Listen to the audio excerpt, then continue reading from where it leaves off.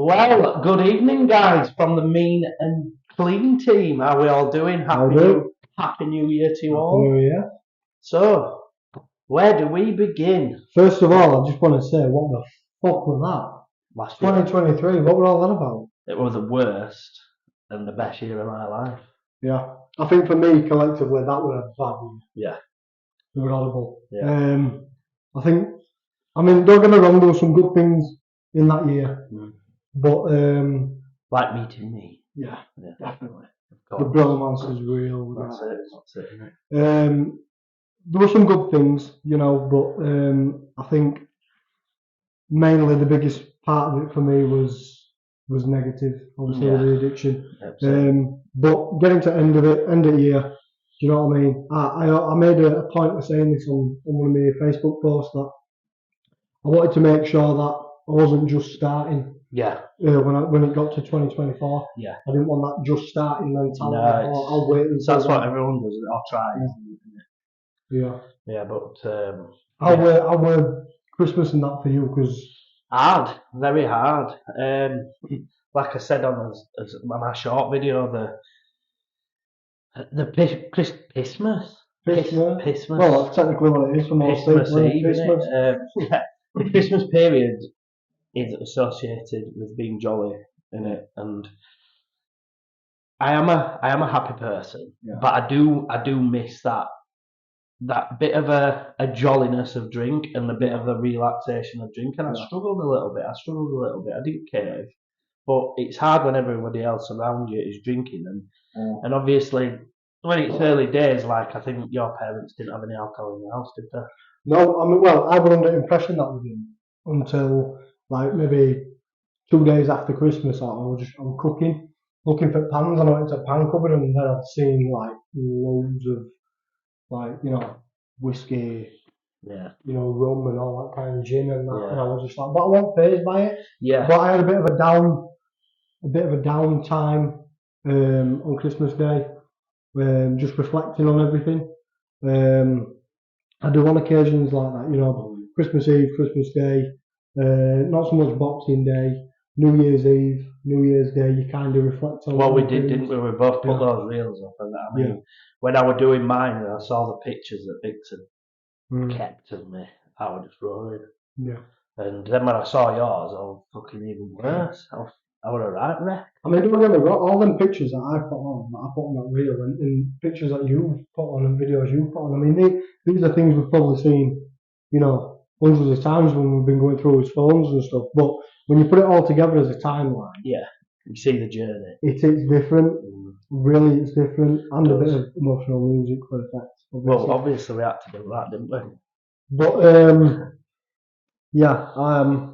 it's differently, and you sort of see how far you've come. Yeah. And I don't know about you. Well, I know you're exactly the same thought process. It's the same as what I'm about to say. That we get so protective over his recovery and so protective over his progress and protective over, not taking a back step. Yeah. So for me, it's like, and I've said this before in previous shows we've done, that it's so important for me to protect my progress and how far I've come at all costs. Yeah, it is.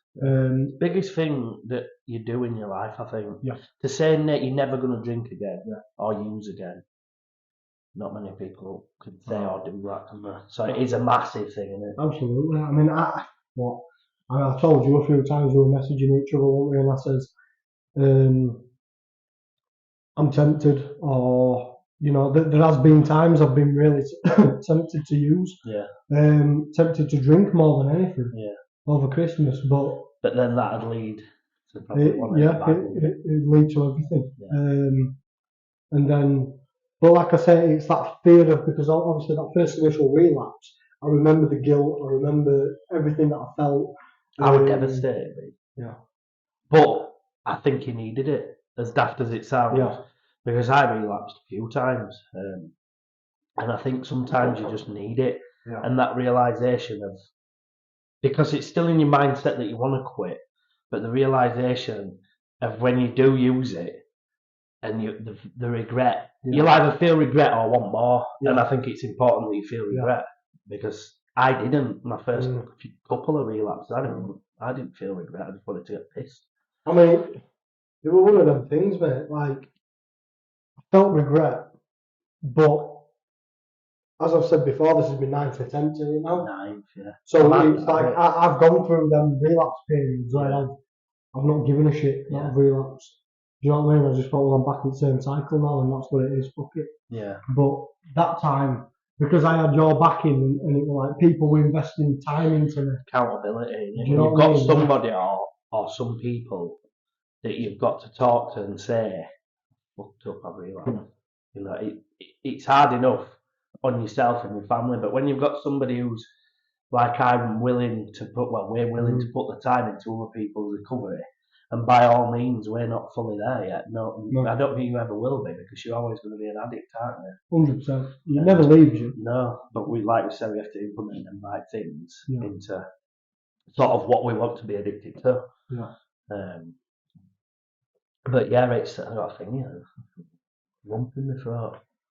Yeah, it's you tend to find as well, like, and we found out with helping people that a lot of people that we're helping now, they're all sort of reporting the same sort of things, like further down the line they get, and that's, you know, that they're sleeping more but they're getting better sleep, and you know, the dwelling on things, and like all these emotions are coming through. They're gonna out there. And that's because you're not masking it. Yeah, it's not my mask. I found when I got to about maybe between 8 and 15 days clean, like I was sleeping a lot more because I was getting next to no sleep while I was sniffing. Yeah.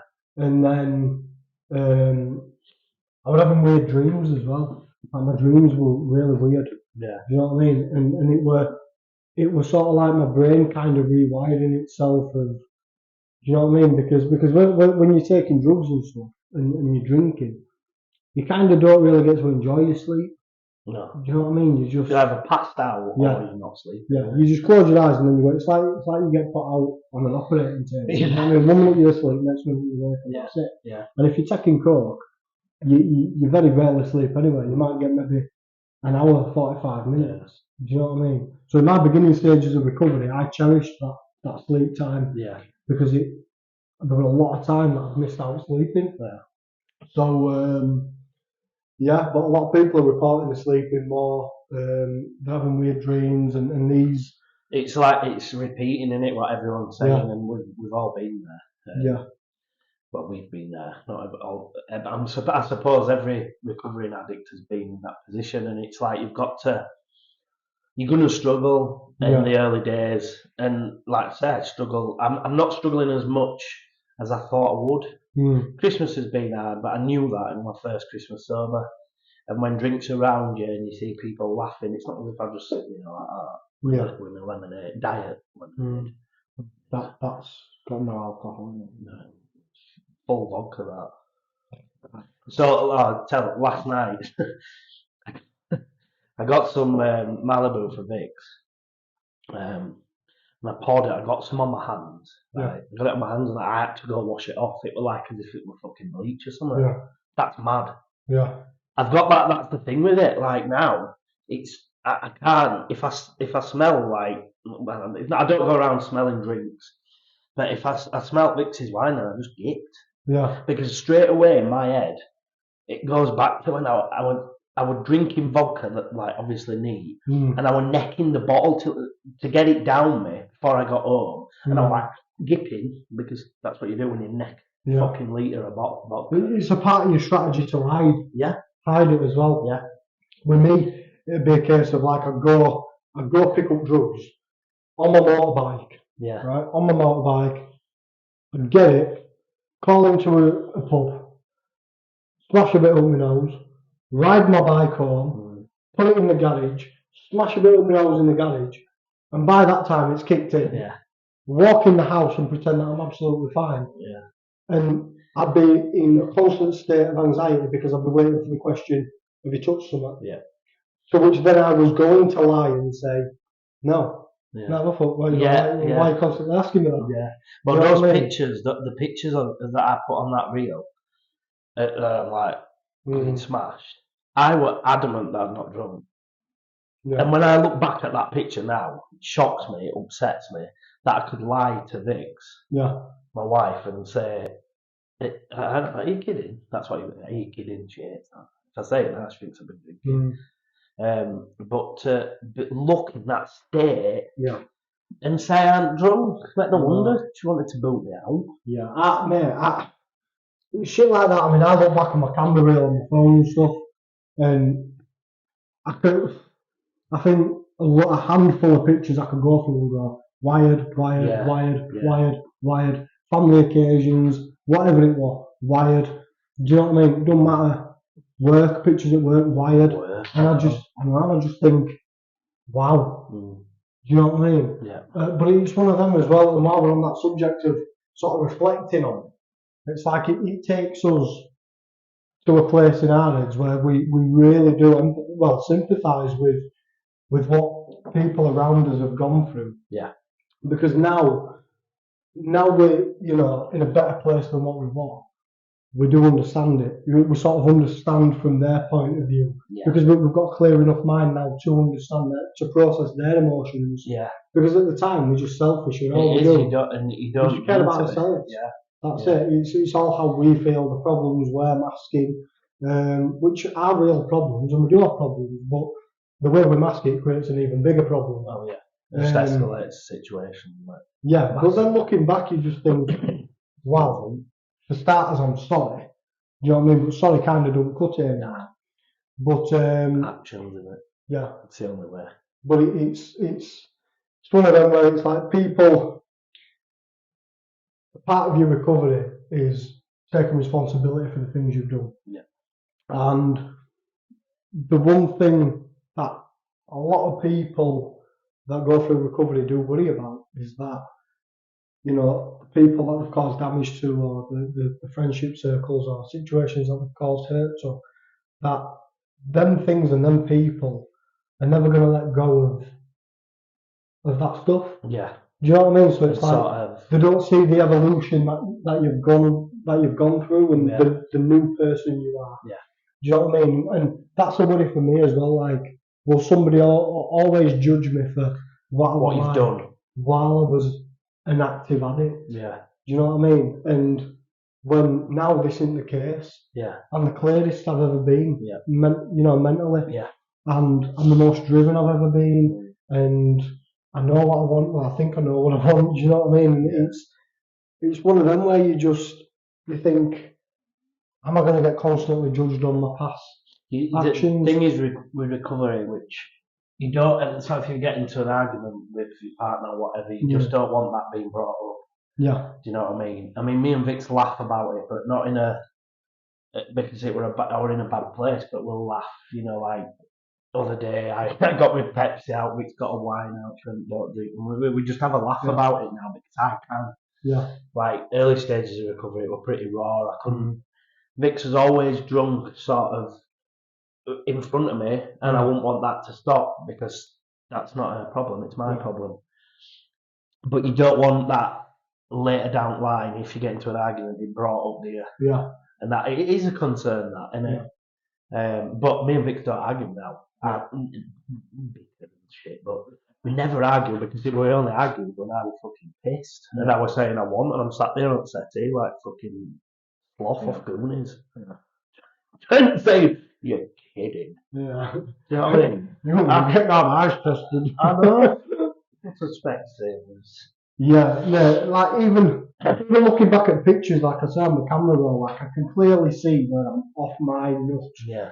And then I'd be getting asked, have you taken something? I'm like, no. In the moment, I'm thinking defensive, don't you? Yeah, in the moment, I'm thinking, why would you think that?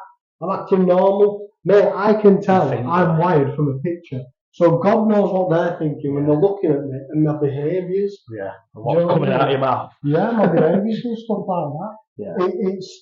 It is absolutely mental, mate. But it's one of them. You tend to find you do get to a stage of this recovery game where you kind of like you get urges, or you feel like you get to a certain point where you need to make amends with certain things. Like I've just started making amends with certain people and certain friends and stuff like that who I thought I'd lost. Yeah. You know, but they can fit, and because we are recovered and we put it all out there. It's raw. We're never going to sugarcoat anything. No. But they see that. Yeah. They and it's respect. It's a bit of respect. Yeah, isn't it? it is, because they're saying, I can see you've made an effort. Yeah. Do you know what I mean? And they're not bringing the past up. Yeah. Which is a big thing. Yeah. Because if you keep referring back to that past, that especially for somebody that's recovering, you're going to keep them in the past. Yeah. If that's all you're going to throw at them, you're just going to keep them firmly in the past. You know, you need to move forward with them so they can move forward with you. Half the battle's that person getting clean, and then everything else follows. Yeah, and that's it. I mean, like, you're a complete different person during recovery, obviously, than when you're drinking or using. So you've got to people have got to treat that person as if they've never met them before in their life and know nothing about them. And that's important, and it's important for the people sort of that are if people are living with addicts and they're wanting to change, the addicts are wanting to change and get off it, you've got to sort of, if they say, right, I'm doing this, then they've got to understand that is like a reborn person, in it, and because it's too easy to just say, oh, you won't do it, and like if they slip up and that's it, and booting you out, you've got to, if you want that relationship to work, you've got to stick by them, haven't you?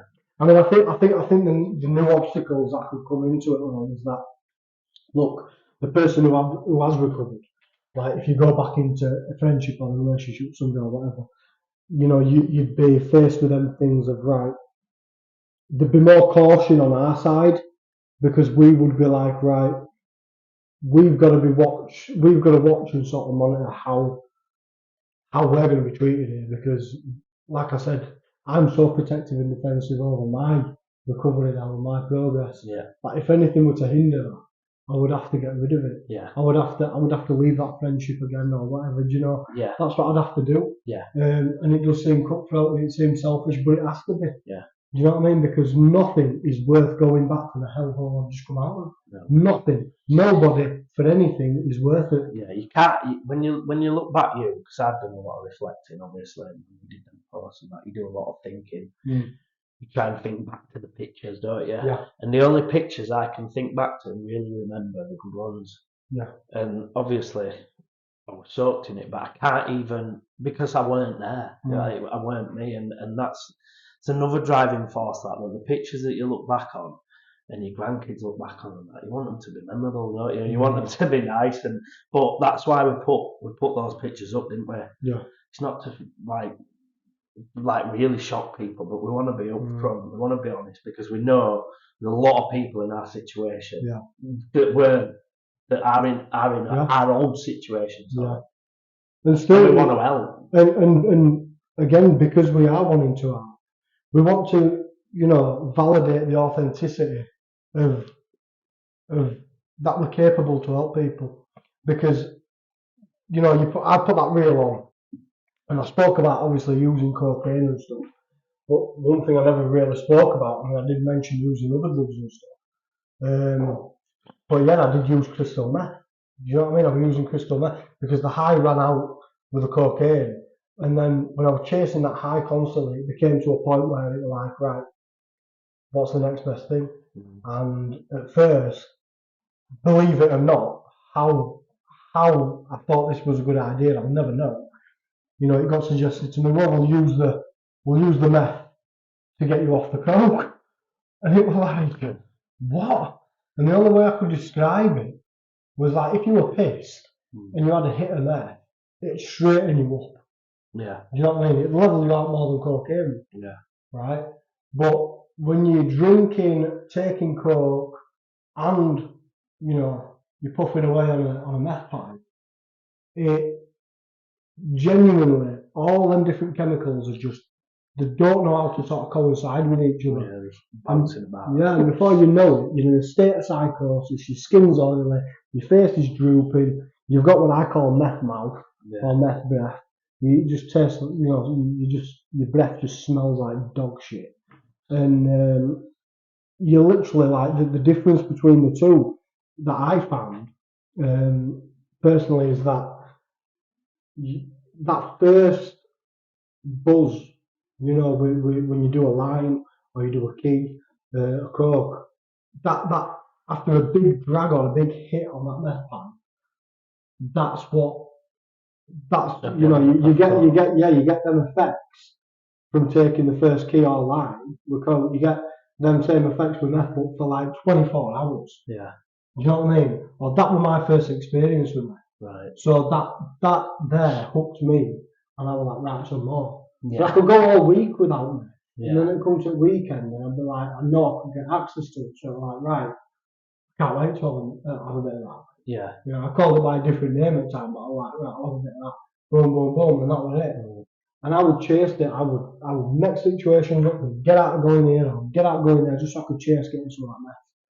Do you know what I mean? Madness, isn't it? Or just, yeah. Well, it ain't madness when you're in that position. No, it ain't. It's for us now, because obviously we're clean and sober. It's madness thinking back to it.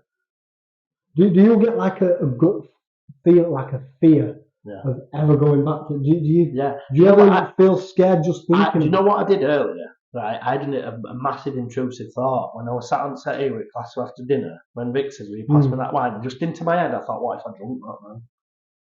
I'd have slapped you. Yeah, well, yeah. But I thought, what if I? And it just went in there, like went out. But I get intrusive thoughts quite a lot. But that's a good thing, though. Yeah. Because you didn't do it, number one. Yeah, I wouldn't. And number two, it's just to test your character in your mind. Yeah.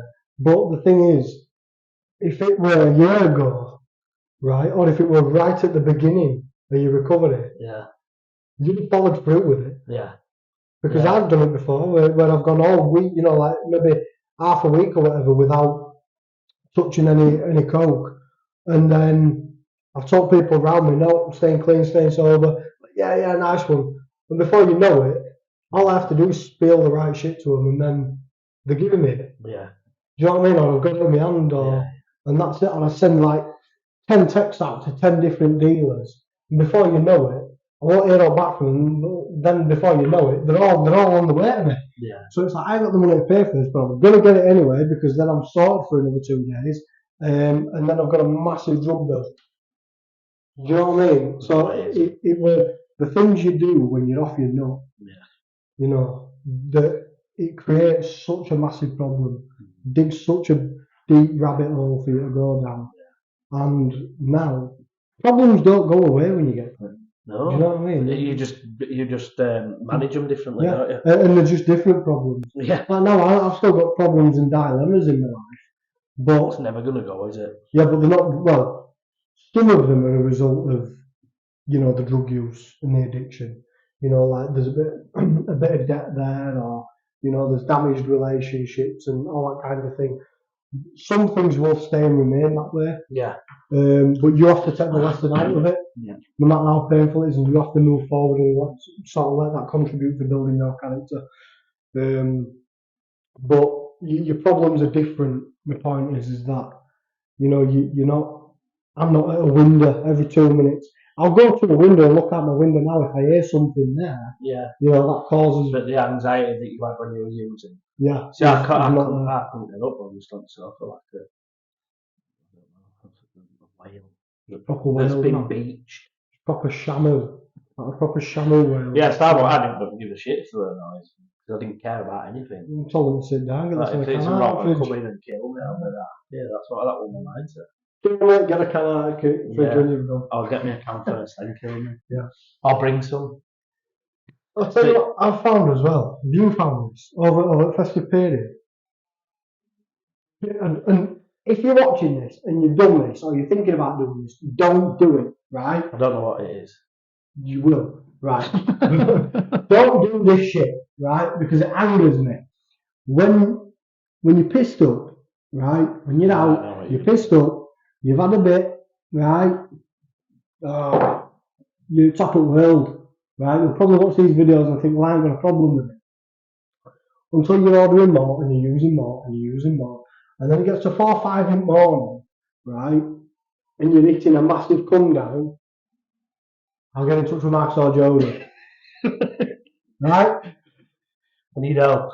What you've got to remember is, when people sign up, you know, to work with us, and we're helping people, we're on call effectively 24 hours a day, right? We will dedicate our time to helping people. We can't stop somebody reaching for a bag or, a bottle. We can't stop them physically. But if they reach out to say,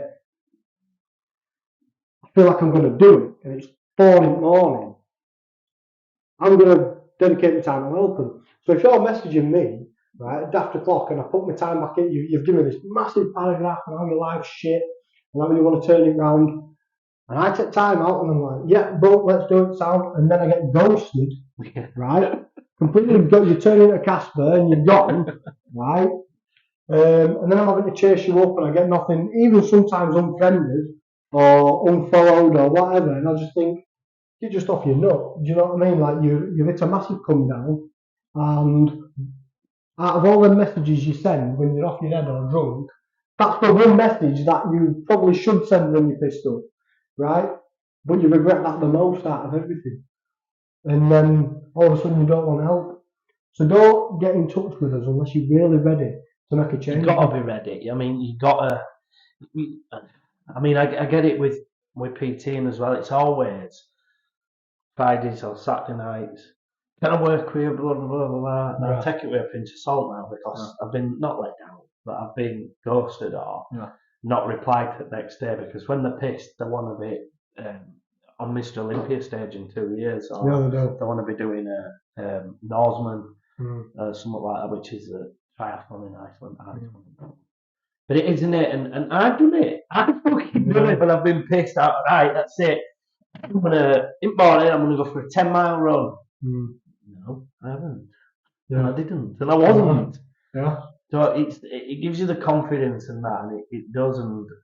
But the help that we're providing is it's for people you've got to want it. You've got to really dedicate your life to yourself and becoming in love with yourself again, liking yourself to get to that recovery stage, because you can't just think, oh, well, I want to just have a little bit on a weekend. Our program is you're coming off it. Yeah, you're coming off. We're not going to do. We don't want to. You can't reduce it, right? Because there are places out there that would rather put you on a reduction plan. Yeah, which I've been on, and were horrendous. Yeah, because and they've openly said, like, I've used the service before, and they've said to me, we don't want to get you off of the drugs because then you won't need the service, right? So that's like, well, what?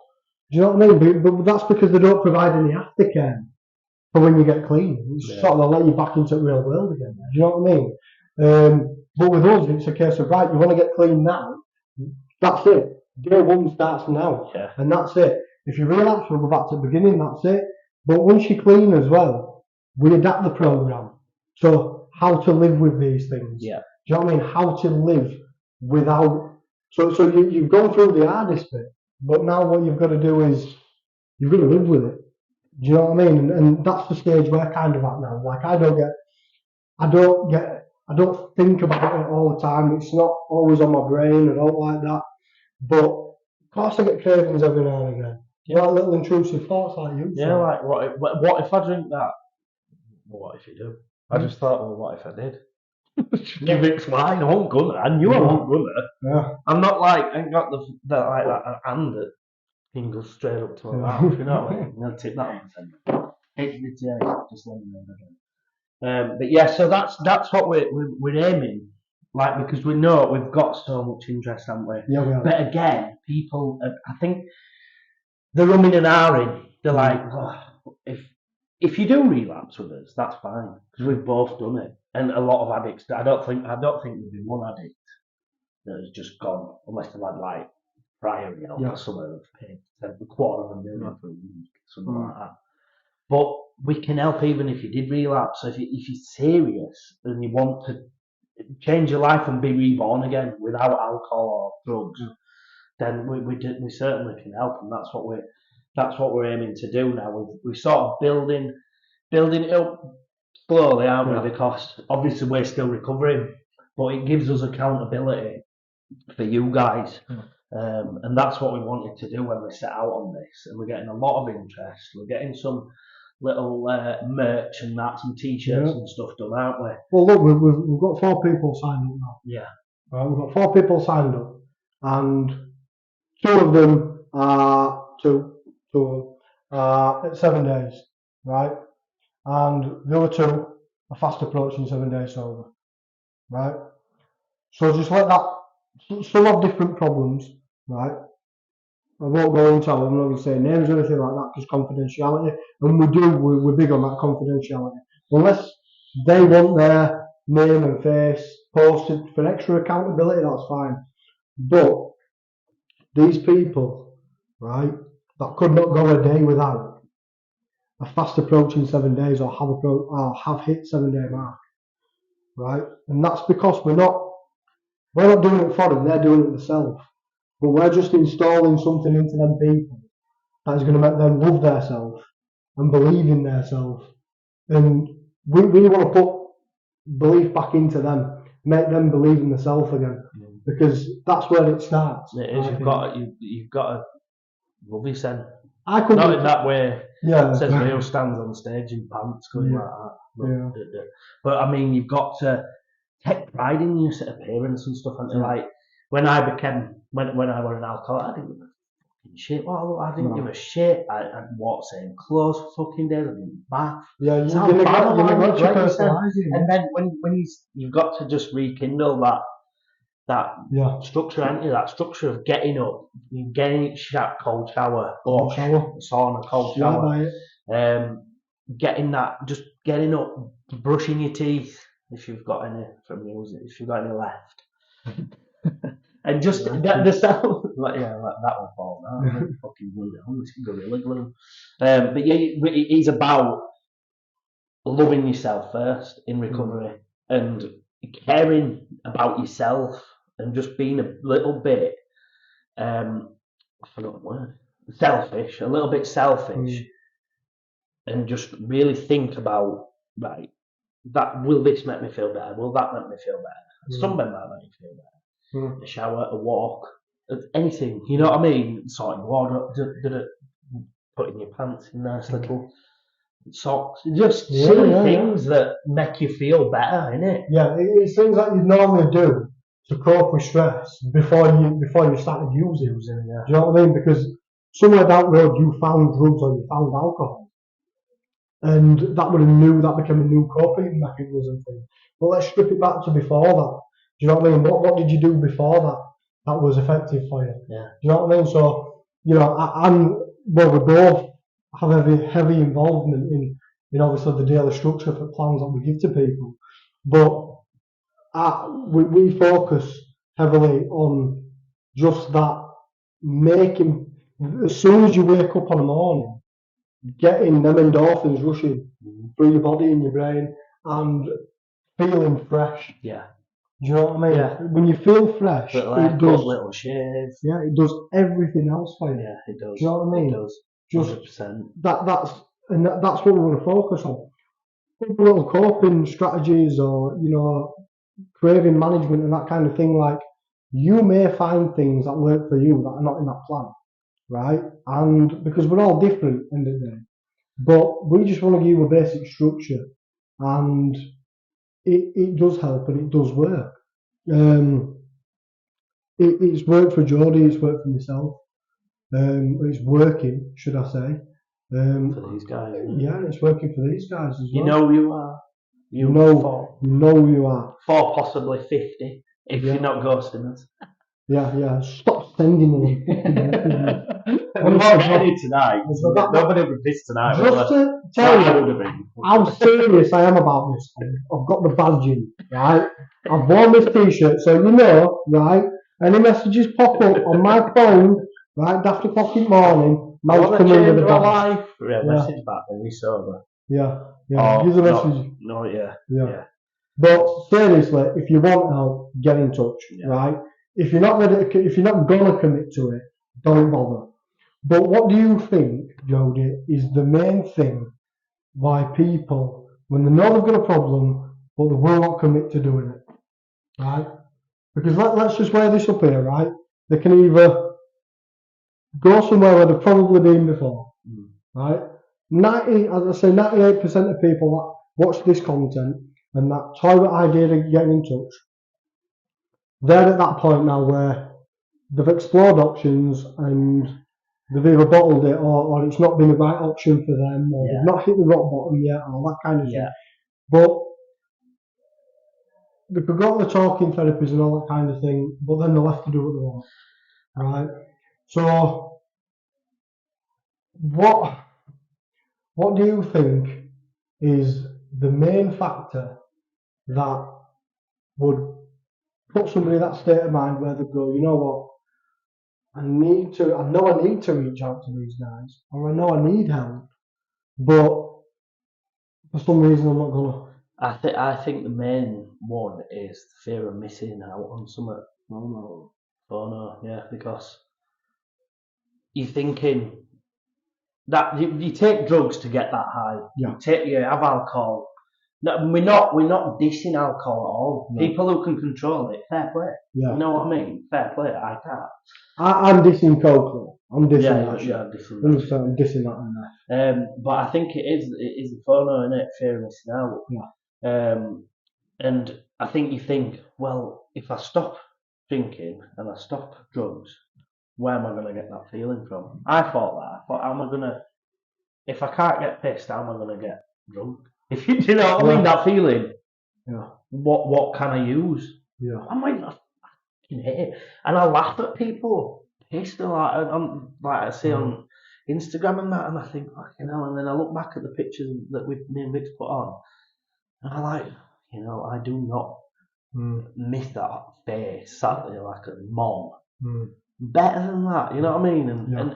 And it is the fear of missing out, because you're going to think, how am I going to not drink for the rest of my life? But we don't do it, we take it day by day, firstly. We don't think too far ahead. I started to think a little bit far ahead now, because I'm 8 months, nearly on the 8th of January, I'm 8 months sober. So then my next milestone is May 8th, which I'll be a year, and that'll be fucking huge for me. I've never done that in my life. So it is, but believe me, hand on my heart, right? You don't miss out. No, you don't miss out. You can still have fun without having a drink. You've just got to get the right tools, the right management, and you honestly, like young, well, not young kids, but like early teens when you're not allowed to drink. They're not moping about when I want to get pissed. They enjoy life. Don't they? You know what I mean? It's until it's brought in and you can't control it. You can enjoy your drink. It's you don't miss what you never had. Exactly. But once you've had it, I've got my mindset now is back to that, not teenage years. Do you know what I mean? So I'm 44 in May. Fuck's sake. Don't even say old. 44. I'll be getting a fucking bus pass soon. Is that the blue badge? Yeah, no. But it's like, I feel in my head now, obviously gym's huge for me, competing, all that's there, that's implemented. But I don't feel like a teenager. That's the wrong thing to say. But I'm not missing out. I don't feel like I'm missing out on anything, because you don't look back at something and go, you know what? I'm so gutted I went pissed. Yeah, you do. Yeah, I'm fucking well pissed off. I went to see that show, that concert, and I went that sober that I saw everything, and it was brilliant. It was best concert I've seen. I can remember everything. And then wake up next day and you can't even remember. You look at videos on your phone. Oh yeah, that's what was sound. Yeah. It is a lot of people are scared of losing them feelings that you get, but you can get it without drugs and alcohol, can't you? Yeah. First and foremost, it's hard, not easy. And I think as well, I think one thing that puts people back of actually reaching out and doing this is because they don't want to damage their own reputation, shall we say? Or you know what I mean? They're scared of looking like an idiot. Listen, right? I think I care what anybody thinks about me. Yeah, that's what you got to. All my dirty laundry is out there now. You all know it, right? There's nothing anybody can pull out about me, right? That I haven't or would not be prepared to say myself, right? I've been involved. I've been around violence, right? I've told lies. Yeah, I've broke promises. Yeah, I've used drugs. I've done all them kind of things. But you know what? I'm owning up to it, and I'm being accountable for it, and that's on my own accord, right? So if you're toying about with the idea of coming on board and doing this and actually getting some help, right, by two people who will actually dedicate their time to helping you, right, then whereas every person that we have on board, we're so serious about them, aren't we? Yeah, we are. We do. We do, and we're not like, it's not a sales pitch or anything, but we really do want to help. We're going to a college, aren't we? To do. Yeah, we're gonna go. Somewhere. We're gonna go to a college. We're gonna meet with some students. We're gonna meet with some students just to sort of educate them a little bit on on that kind of thing. Some of them are similar backgrounds to myself and that kind of thing. Because we're not just wanting to help people, get off drugs or to never go back to drugs. We want to help prevent people doing it. And help prevent young people, start being, we don't want young people to be groomed to be selling drugs or to join gangs and that kind of thing. Do you know what I mean? I've walked a pretty tough road when it comes to things like that, and I've been around a lot of things and seen a lot of things and done a lot of things. And if I can, well, both of us, do you know what I mean? We've both got different life experiences. We're brought up, you know what I mean? We weren't brought up with silver spoons in mouths, you know what I mean? And we both had massive trauma in us life. Yeah. We were probably drunk and took drugs to mask some of that. Yeah. But it's like now, them years when you're a teenager are fundamental years, you know what I mean? There's some very serious years because you get a lot of pressure put on you on what do you want to do with your life and what do you want to achieve, and they don't even know what they want for the dinner, let alone what they want to do in 10 years, you know what I mean? They haven't got a clue, and I think too much pressure gets put on them. Yeah. And me, as rebellious as I can be, kind of just said you to the system in the sense of, well, I don't want education. I don't want to do that. I want to go graft. I want to earn money that way. Yeah. Do you know what I mean? I'm a big believer in at some point down the road, I'll be successful. I will be majorly successful in something, but it ain't gonna be what they're forcing upon me. Yeah. Do you know what I mean? And for me now, because I've beaten that. There's too many sheep in there. Yeah. And it's a cliche saying, but like, a lot of people follow a lot of people. Yeah, they do. Into what's because it's trendy. Yeah. Do you know what I mean? Yeah. But for me, because this is so personal to me, this, that's why I'm kind of grateful to the addiction in itself as well, because I've been to the depths of hell now. Yeah. And I've come back out. I've got an opportunity now to help people, save other people's lives. Yeah. Right. And it's encouraging me, to maybe go back to college and do, start learning some things, so I can get some sort of qualification under my belt that will educate me in different ways to help people around this kind of thing. More psychological factors and that kind of thing, because now I've got to, later on in my 20s, I'm thinking, well, if I'd have known then what I was going to go through, do you know what I mean? I'd have studied that kind of thing. Mm. But I didn't know I was going to go through all this. Mm. Do you know what I mean? Yeah. So it's kind of come to me, that need to want to learn has come to me later on in life, which can only better my life and, the kids' lives and all that. So my mum did that, she, God bless her, she became an MVQ assessor, got cap and gown shit at like 50-year-old. And she was like that. She was a bit timid when she was younger, probably like I was, believe it or not. And I'm the same now. I'm willing to learn. You know what I mean? I'm willing to learn anything that don't cost so much. Skins. Well, I won't be soon if you get your jump PT. They're ghosted with that and all. Yeah. But so it's. I think it is, and there's a lot of. You should be doing this. By that age, you should be doing that. You should have an house by that. It's massive pressure for teenagers. Of course it is. It's massive pressure. Yeah. It's hard enough passing your driving test. Yeah. Never mind.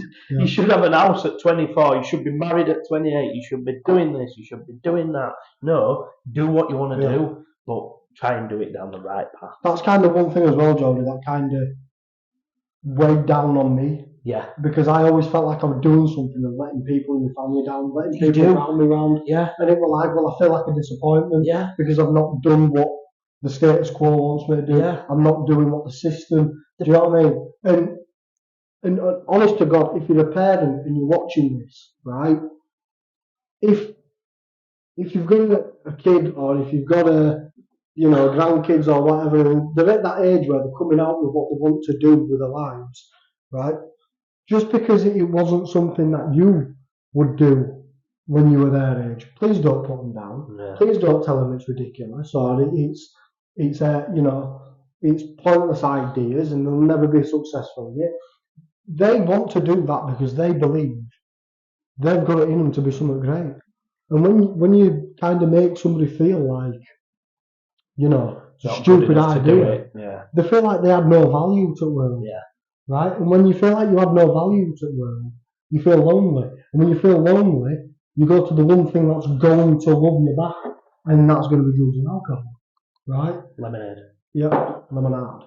And then eventually, it's a very horrible path down, lonely, cold, a dark walk down to, possibly taking their own lives. Yeah. So I'm not just saying that will be the root cause of it, but what I'm saying is it does have a massive, impact in the mental state. Doesn't it? It really does. It does. You have to feel like you have value. So encourage your kids, encourage your grandkids, friends, family. Do you know what I mean? Encourage them. Because if you call somebody family, right? I come to you for PT sessions, right? I don't go elsewhere. I don't go to like somebody I don't know. Like I wouldn't go to a celebrity trainer just because it's a celebrity trainer. Why would I want to put money in that geezer's pocket? I'm going to come to you because you're my friend. Yeah. So it's like supporting like local. That's what it is. Local businesses. But that also supports people's mental health as well. Yeah, it does. Yeah. Because when they don't get business, they think, "Well, I'm not good enough." Yeah. Do you know what I mean? And that can result to a lot of things. It can. Right, so just about wrapped up then, I think, haven't we? We are, mate. So going forward, we've got quite a lot of message to reply to, haven't we? Yes, we do. And people, so just get in touch if you are serious about this, because we're so serious about it. And it seems to be going in the right direction. We're getting quite a bit of recognition, aren't we? From like the newspapers as well as a couple of there'll be a few articles going out and stuff. So so firstly, but Happy New Year to every one of you. And if you've got any questions as well, fire them over to me. Yeah, fire it over to Mean&Clean pages if you've got any questions. Yeah, on Instagram and Facebook. Yeah, and we can answer them up next. Yeah. So if you've got any questions and you want us to put it in on next pod, which we'll be doing. We're going to do some shorts, but as main one's going to be every Sunday. But it's Monday. Is it Monday? Fucking hell, I'm sorry, isn't it? It's Monday today. It's Monday, the 1st of January. Yeah. So obviously we didn't do it yet. So we wanted to do it today, and people are like, "Oh, I'm too drunk. I'm never going to drink again until tomorrow night." But if you are serious and you want to change things up, get in touch. What have you got to lose, really? Exactly. Right. Keep it. Keep it mean. Keep it clean. There we go. We'll get it. We've not got it yet. Properly.